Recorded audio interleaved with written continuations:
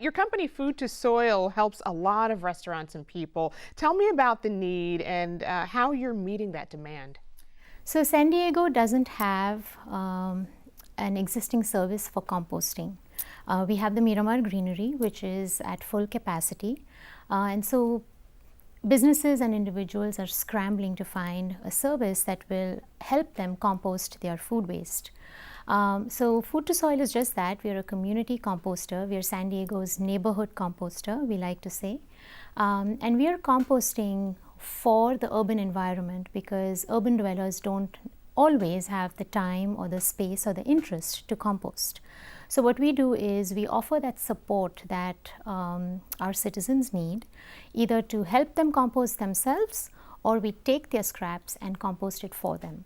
And how many restaurants, individuals are you servicing? So we have 6 restaurants who are part of our program. We have about 70 individuals, households, who drop off their scraps every week with us for composting.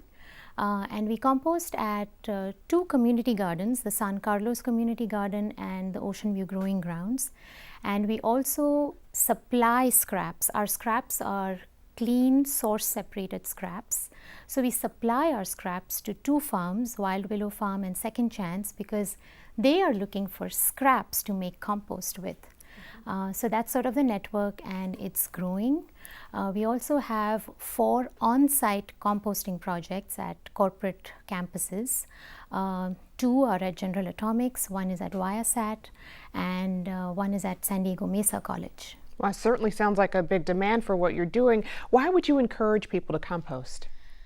So the simplest way to put it is because that's the only way you can close your loop regarding your food waste, with respect to your food waste footprint.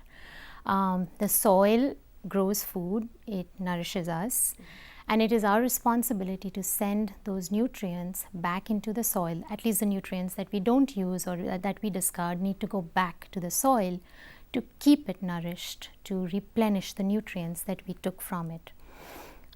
So that's the reason you compost. And the other reason you would want to compost is if you're a gardener or a farmer, you want to grow nutrient-dense food, and incorporating compost in your soil, keeping your soil alive, is the best way to grow that nutrient-dense food.